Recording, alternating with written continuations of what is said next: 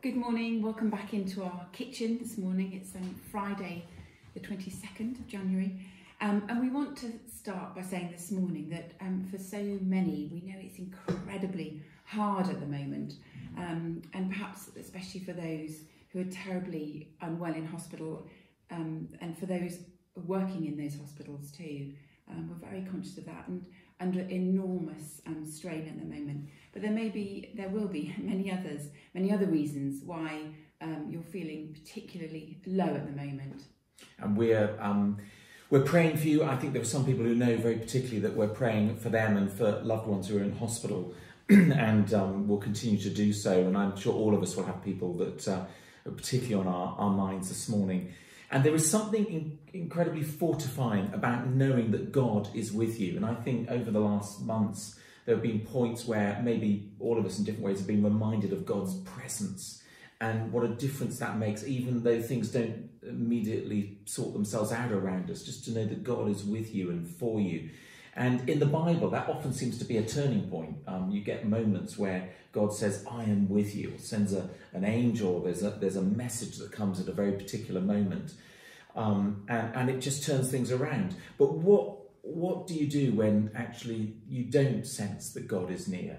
When God seems far off and the darkness seems to close in more and more? Well, today's psalm, which is Psalm 22, it's a really quite well-known psalm, but it's a psalm where David is at such a low point in his life. He is just feeling overwhelmed. What he describes as an experience that seems as though it's sort of an experience at the point of death for him. That's how it feels like. And the worst part of it is that God seems to not be there. I mean, he feels God hasn't heard him, that maybe God has abandoned him. He's wondering, is what he's experiencing part of God's judgment on his life? But actually, the psalm, when you'll see as we read it through, actually it is a psalm that is most powerfully expressed in the words of Jesus on the cross. And there's something about this psalm that points us beyond David's struggle, right into the struggle of humanity in the face of suffering. And that what we see in the way in which Jesus fulfills this psalm is that God is not distant from our suffering. Even when he doesn't feel near, God is there. And God not only enters into our suffering, but he transforms it and redeems us through his suffering on the cross. So it's a phenomenal psalm, and we were reading it again last night, and again it's the backdrop of what we're going through at the moment in our world. I mean, it just is very moving, isn't it? And I was so thankful for this psalm when we read it, because it encourages us to speak out our pain to God, and we trust that he can deal with it, even if we're very vulnerable about it. And he doesn't wait for us to get it all straight in our heads or compose ourselves, first of all. And we can just pour ourselves out to him as we want to say it, and he will listen. Because sometimes we think we ought to sort of sanitize what we say first of all. I can't say that to God, but I mean, there's something about the psalm that says just say it as it is. Yeah, exactly. Yeah. And we're going to read the psalm through,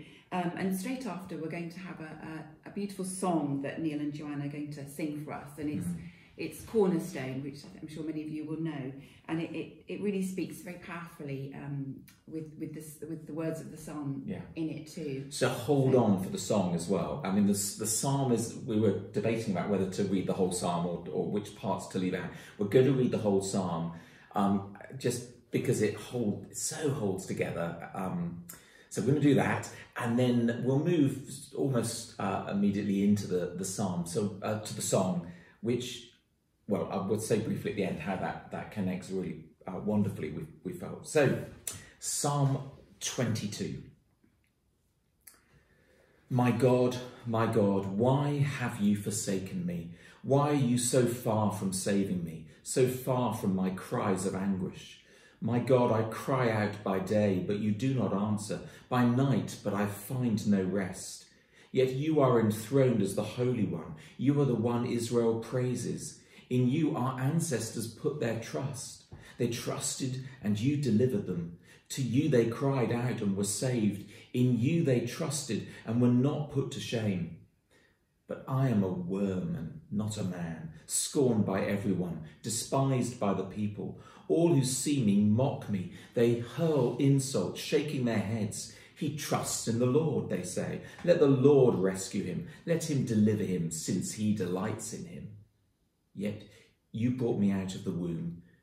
You made me trust in you, even at my mother's breast.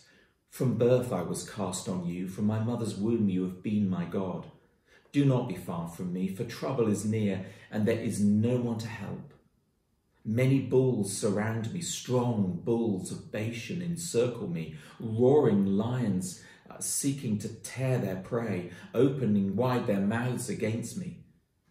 I'm poured out like water, and all my bones are out of joint.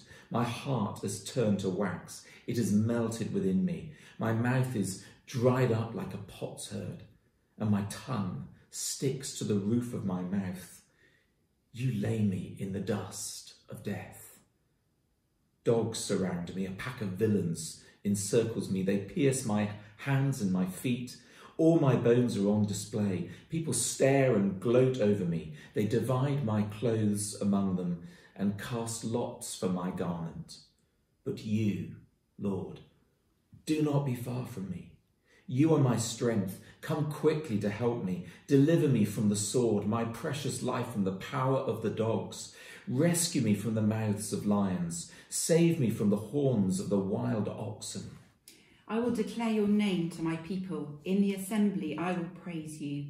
You who fear the Lord, praise him. All you descendants of Jacob, honour him. Revere him, all you descendants of Israel. For he has not despised or scorned the suffering of the afflicted one. He has not hidden his face from him, but has listened to his cry for help. From you comes the theme of my praise in the great assembly. Before those who fear you, I will fulfill my vows. The poor will eat and be satisfied. Those who seek the Lord will praise him. May your hearts live forever. All the ends of the earth will remember and turn to the Lord, and all the families of the nations will bow down before him, for the dominion belongs to the Lord, and he rules over the nations. All the rich of the earth will feast and worship. All who go down to the dust will kneel before him. Those who cannot keep themselves alive. Posterity will serve him. Future generations will be told about the Lord. They will proclaim his righteousness, declaring to the people yet unborn, he has done it. And that final line, I think, is sort of climax. It says, there is resurrection light, the light of a resurrection dawn that has even broken into this most desperate of psalms. And notice, just briefly in verse 29, about how it describes all who go down to the dust will kneel before him. They will kneel before him.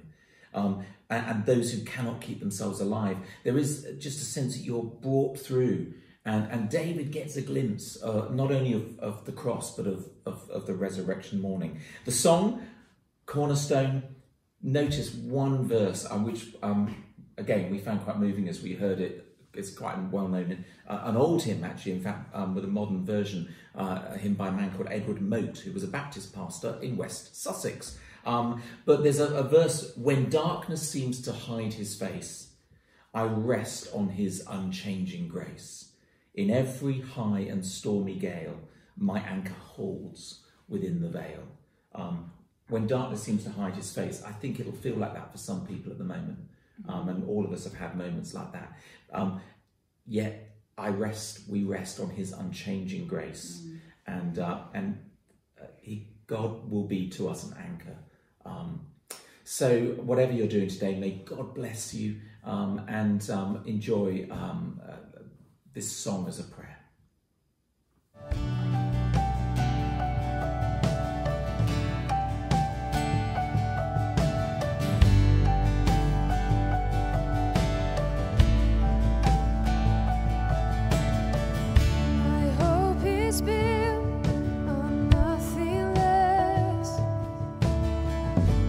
Jesus' blood and righteousness. I dare not trust the sweetest frame.